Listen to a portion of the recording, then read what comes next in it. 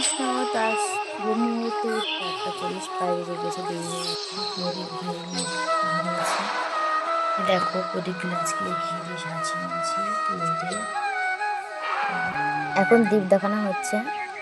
তো দেখো দীপ ঘুরে ঘুরে দামোদরকে ঘুরে আমরা দীপ দেখাই একবার, আর সন্ধ্যাবেলা একবার দীপ দেখাই। তো এই যে দীপ দেখানোর নিয়ম তো সবাই জানো, চরণে 4 বার, নাভিতে 2 বার, আর মুখমণ্ডলে 3 বার, আর সর্বাঙ্গে 7 বার, এই মিলে 16 বার, সব মিলে 16 বার দামোদরকে ঘুরিয়ে ঘুরিয়ে এই প্রদীপটি নিবেদন করতে হয়।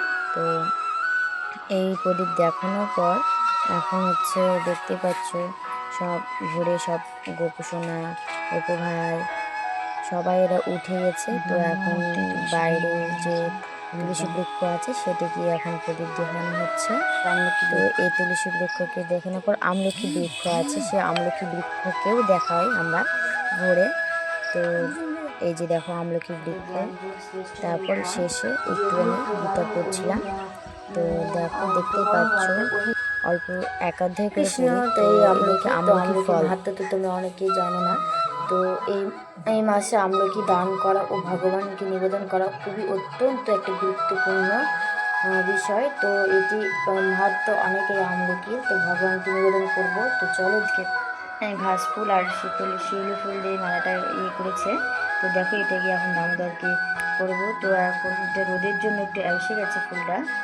তো চলো দেখতে থাকো, ভগবানকে সব আজকে বরাবো। হরে কৃষ্ণ কৃষ্ণ কৃষ্ণ হরে হরে, হরে রাম হরে রাম। কত সুন্দর লাগছে। হরে এই যে দেখো অনেকগুলো হচ্ছে মালা গেঁথেছে বোনু। তো এগুলো এখন সব ভগবানকে পরিয়ে দেবো। এই মালাগুলো এখন এক এক করে সব ঠাকুরকে এখন পরিয়ে দেবো। যে রাধা মাধবকে পড়ালাম, এখন গোপাল সোনাকে পড়াচ্ছি। তো দেখো এখন আজ ভোর থেকে যে সব পুজো টুজো করা হয়েছিল সে সব কিছু মিলে আজকে একটু ছোট্ট করে একটু ব্লগ।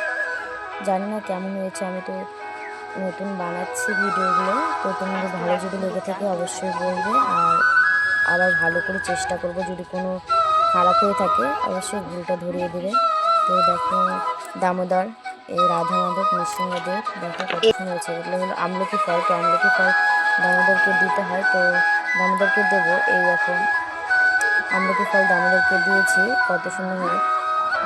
এই সব মিলে আজকে ভিডিওটা ভালো লাগলে অবশ্যই বলবে। হরে কৃষ্ণ।